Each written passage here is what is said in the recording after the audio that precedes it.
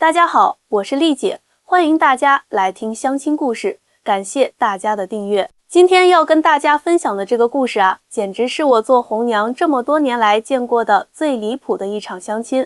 说出来你们可能都不信，但我还真就亲眼见证了这荒唐的一幕，气得我差点当场就想转行不干了。事情是这样的，前段时间有个男生小王，是我们广州本地一家知名企业的项目经理，年薪60多万，人长得也挺帅气，1.8米的个子，谈吐得体，有房有车，属于相亲市场上的优质资源。小王今年32岁，因为工作忙，一直没时间谈恋爱，家里人着急，就托我给他介绍对象。正好啊，我手里有个女生小林，今年29岁，在一家外贸公司上班，长得挺漂亮的，就是感觉有点娇气。当时他来找我登记的时候，我就注意到他全身上下都是名牌，拎着限量版包包，指甲做得精致得很，一看就是个精致女孩。他一上来就跟我强调，他找对象要求年薪50万起步，最好有2套房，身高1.8米以上，有品位，会生活。我当时心里就嘀咕，这姑娘要求挺高啊。我问她，小林啊，你自己条件怎么样啊？小林不假思索地回答，丽姐，我长这么漂亮，又是海归，家里条件也不差，这些要求不过分吧？我都快30了，耽误不起啊。我妈天天催我说，再不找对象就给我去相亲角贴广告了，我可受不了那个。我暗自摇头，现在的年轻人啊，真是不知道天高地厚。不过做我们这行的，就是要撮合有缘人。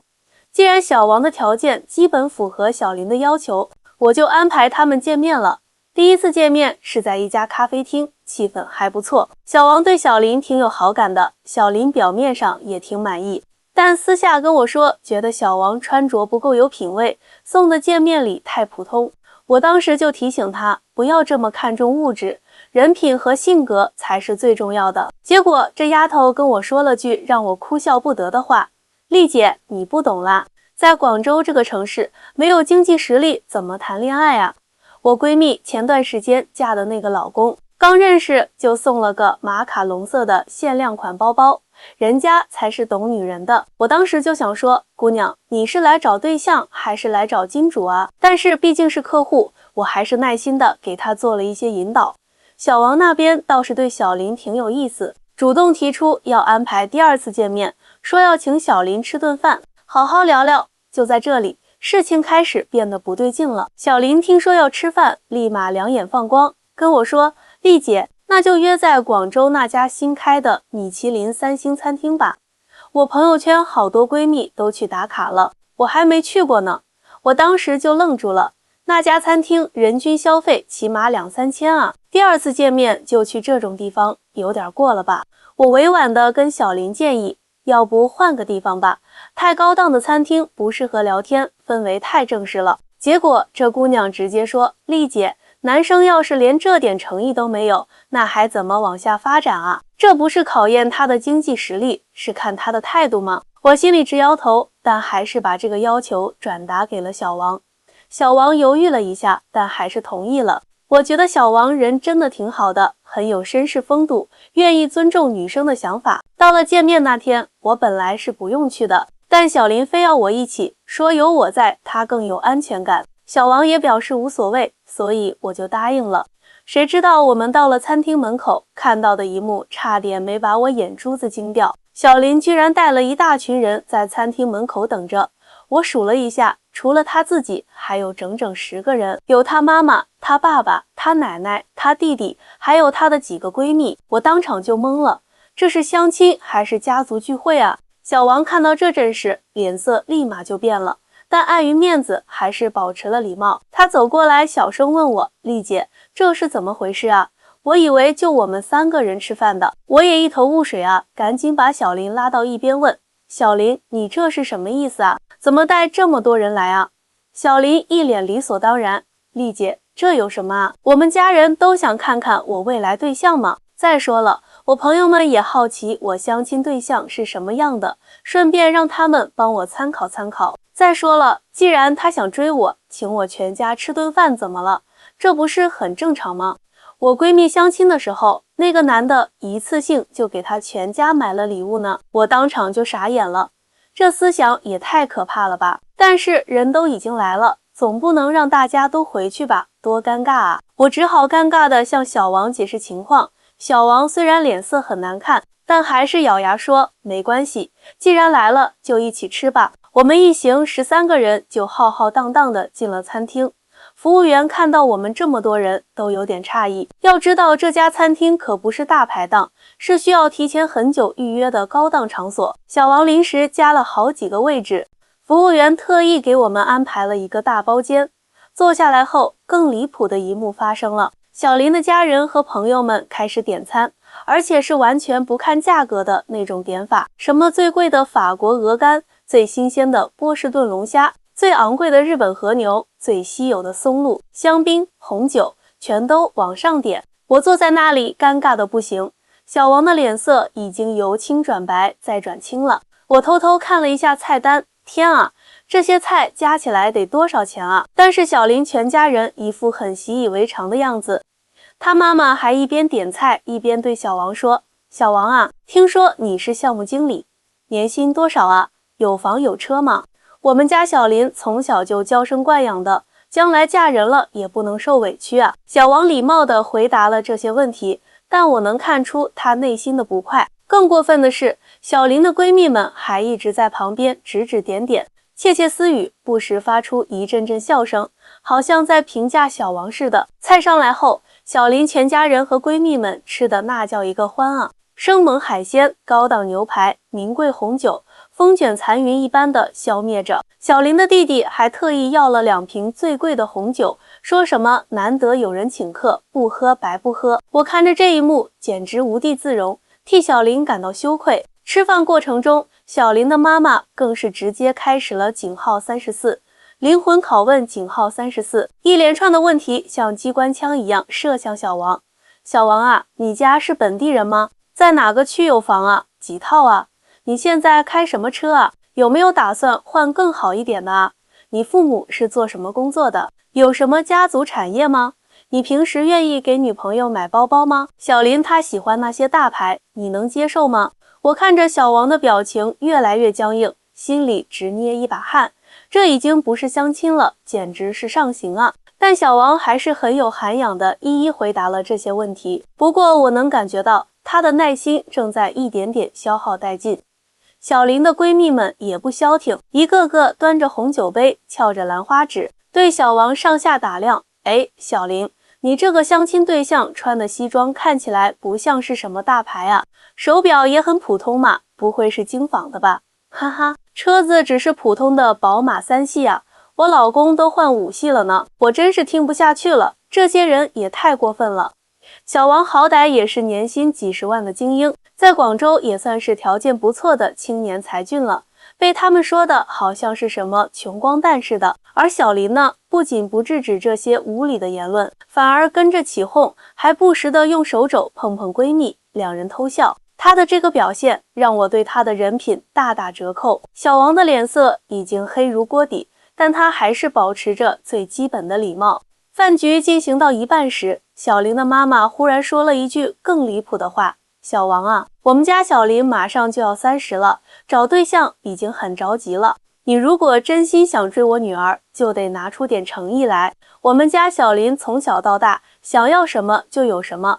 你以后能不能保证他的生活水平啊？”小王勉强笑着回答：“阿姨，我觉得2个人在一起，最重要的是性格合不合适，价值观一不一致，而不是物质条件。”小林妈妈立刻撇嘴：“哎呀，年轻人说什么傻话？没有物质基础，感情能长久吗？你看现在这社会，哪个女孩子不想嫁得好一点？小林她这条件，找个年入100万的男朋友不过分吧？”我看着小王的表情越来越难看，赶紧想打圆场，但小林的爸爸又开始了：“小王啊，我们打算明年给小林买辆车，你有什么意见吗？”小王疑惑地问：“叔叔，您是说让我给小林买车吗？”小林爸爸呵呵一笑：“当然了，追我女儿，这点诚意总该有吧？不用太贵，奔驰 C 级就行。”这下我彻底惊呆了，才第2次见面就要男方买车，这还有没有天理了？小王的脸色已经难看到了极点，但他还是保持着基本的礼节，没有当场发作。等所有人都吃得差不多了，最要命的时刻到了，结账。服务员拿来账单，我偷偷瞄了一眼，差点没晕过去，整整3万多元。就这一顿饭，够普通工薪族吃大半年的了。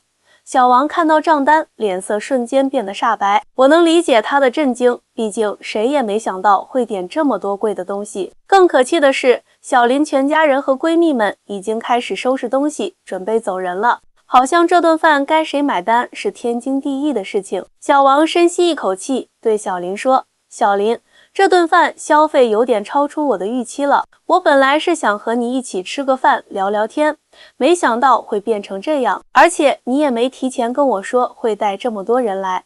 我觉得这顿饭的费用大家应该一起分担。”此话一出，餐桌上瞬间安静了下来，所有人都用不可思议的眼神看着小王，好像他说了什么天大的笑话似的。小林的表情一下子就变了，脸上的笑容消失得无影无踪。什么意思？你不是说要请我吃饭吗？现在又要我们出钱，你这人怎么这么小气啊？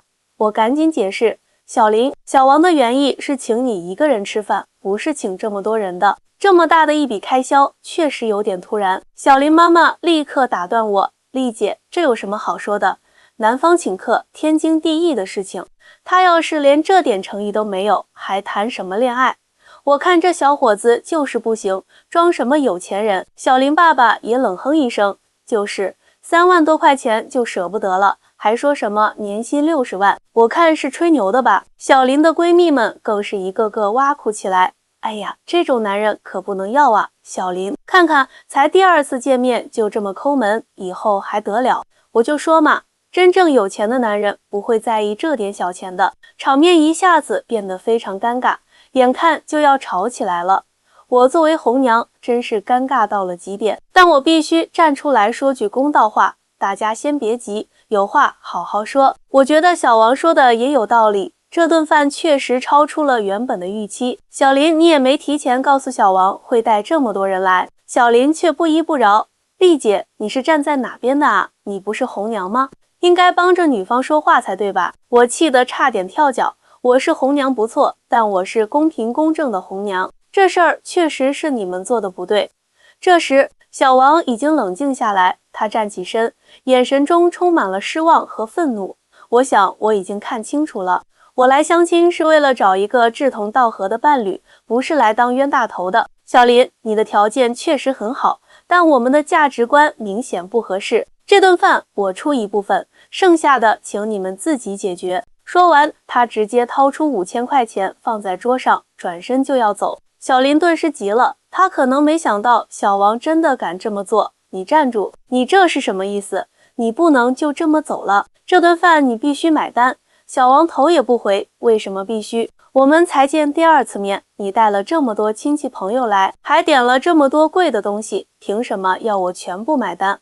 我又不是提款机。小林的脸一下子涨得通红。你这人怎么这样啊？你是不是男人啊？小王终于忍不住怒怼回去。我当然是男人，但我不是冤大头。现在的相亲难道是专门挑有钱人下手的吗？我看你们不是来相亲，是来吃霸王餐的吧？听到这话，小林一家人全都炸了锅。小林的弟弟直接从座位上蹦了起来，指着小王的鼻子骂道：“你说谁吃霸王餐呢？你敢侮辱我姐，你信不信我现在就打电话叫人过来？”小林爸爸也拍案而起：“小伙子，你这是什么态度？我女儿给你面子跟你相亲，你不感谢就算了，还敢说这种话？你知道我女儿平时有多少追求者吗？”小林妈妈更是扯着嗓子喊：“丽姐，你看看你介绍的什么人啊？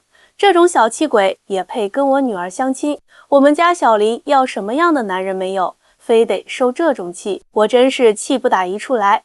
这一家子太过分了。我做红娘这么多年，见过无数奇葩，但像小林这样的真是头一遭。明明是他们自己不讲理，现在还倒打一耙，把责任全推到小王身上。我再也忍不住了，站起来大声说：够了，你们这是什么行为？相亲本来是2个人相互了解的过程，你们倒好，带了一大家子人来蹭饭，这么贵的餐厅，这么贵的菜，事先也不打招呼，就理所当然地认为人家男方应该买单，这根本就不是相亲，这是明抢啊！我这一通怒吼，把小林一家人都镇住了。小林不可思议地看着我，丽姐，你怎么能这样说我们？我冷笑一声，有什么不能说的？我做红娘这么多年，还是第一次见到你们这种行为。我现在终于明白，为什么你29岁了还找不到对象了。不是没人追你，是你的这些想法和做法把人都吓跑了。小林的闺蜜们见势不妙，一个个开始悄悄往外走，生怕被卷入这场纠纷中。小林爸妈的脸色也变得难看起来，似乎没想到我会这样直接批评他们。这时，餐厅经理被吵闹声吸引过来了。几位，请问有什么问题吗？小林立刻变脸，用楚楚可怜的语气对经理说，这位先生不愿意买单，我们被骗了。我气得差点七窍生烟，这女人也太不要脸了吧，明明是他们自己的问题，还想栽赃给小王。小王听到这话，气得脸都青了，他正要说什么，我赶紧拦住他，经理，事情不是这样的，这是一场相亲，原本只有这位男士请这位女士吃饭，结果这位女士未经允许带了10个亲友一起来，还点了最贵的菜。现在男方愿意支付部分费用，但不愿意全部买单，这是很合理的。经理听完皱起眉头，看了看满桌的狼藉和高档酒瓶，似乎明白了是怎么回事。他转向小林一家，女士，这种情况确实有些不合适，如果事先没有沟通清楚，强制要求对方支付全部费用是不合理的。小林妈妈急了，什么不合理？男方请客天经地义，再说了，他要是真喜欢我女儿，这点钱算什么？经理保持着职业微笑，女士，这是您个人的观点，在我们餐厅，我们尊重每一位客人的选择，如果你们之间有分歧，可以各自支付自己的那部分。小林爸爸脸色顿时变得铁青，什么意思？你这餐厅是站在谁那边的？我们可是常客。经理依然保持着微笑，先生，我们不站在任何人那边，我们只希望问题能够和平解决。场面一时间僵住了，小林全家人面面相觑，显然没想到事情会发展成这样。小王已经冷静下来，他对经理说，不好意思给您添麻烦了，这5000是我的诚意，剩下的钱，我想这位女士和她的家人朋友会处理的。小林听到这话，哭了起来。你怎么能这样？你明明说要请我吃饭的，你骗了我。这一哭更是把我气笑了。我直接对他，小林，别装了，谁骗谁呀？小王说的是请你一个人吃饭，不是请你全家族吃饭。你带了这么多人来，还点了这么贵的菜，你自己心里没点数吗？小林的眼泪立刻止住了，换上了一副愤怒的表情。丽姐，你这是什么意思？你是红娘，应该站在我这边才对。我冷笑一声，我站在公理这边，做红娘不等于帮着女方坑男方。你今天的行为已经超出了正常相亲的范畴，这根本就是一场有预谋的骗局。小林闺蜜中最后一个还没溜走的也赶紧说，那个，我突然想起来有急事，先走了啊。说完，逃也似的离开了。现在餐桌前只剩下小林一家人，小王和我。气氛尴尬到了极点，小林的奶奶终于开口了，她一直没说话，现在她拍了拍桌子，够了，丢人现眼的东西。小林，你这是干什么？带这么多人来，还点这么多贵的东西，我们老一辈人相亲，连顿饭都不敢奢望，你倒好，带全家人来蹭饭，我们小林家的脸都被你丢尽了。小林被自己奶奶这么一说，顿时蔫了，低下头不敢说话。小林奶奶转向小王，小伙子，对不起啊，是我们家孙女儿不懂事，你的心意我们领了，这5000块我们收下，剩下的钱我们自己来付。说完，他从包里拿出一张银行卡交给经理，经理很快处理了账单，小林奶奶付了剩下的2万多块钱。处理完这些后，小林奶奶严厉地对小林说，丢人现眼的东西，赶紧给人家小伙子道歉。小林不情不愿地嘟囔了一句，对不起。小王深深地看了小林一眼，摇摇头，没关系，至少今天我看清楚了一些事情，谢谢你们的时间，再见。说完，他转身离开了餐厅。小林奶奶又转向我，丽姐，今天真是对不起，让你看笑话了。我们小林从小被惯坏了，这孩子的父母也是，什么都依着他。你别生气，回去我一定好好教育他们。我叹了口气，老人家，您明事理，可惜您的教育没能传下去啊。小林一家人灰溜溜地离开了餐厅。出门的时候，小林还不忘回头瞪我一眼，显然对我没有站在他那边很不满。我心想，姑娘，你还有脸瞪我？要不是我今天在场，说不定你们还真把人家小伙子坑了呢。回到相亲公司后，我立刻把小林的资料从我的客户名单中删除了。这种拜金女，这种把相亲当成骗吃骗喝的机会的人，根本不值得我去帮她介绍对象。做红娘这么多年，我有自己的原则和底线。第二天，小王给我发了信息，感谢我在关键时刻站出来说公道话。他说，这次经历让他更加清楚自己想要什么样的伴侣了：真诚、独立，有自己的思想，而不是只看重物质的拜金女。各位听众，今天的故事就分享到这里，希望大家从中能有所启发。相亲不是一场交易，不是看谁口袋里的钱更多，而是两个人真诚相待，寻找共同的价值观和人生目标。那些只看重物质条件的人，注定会错过真正的爱情。记住丽姐的忠告，好男人不是提款机，好女人不是商品，真爱无价，但拜金有害。谢谢大家的收听，我们下期再见。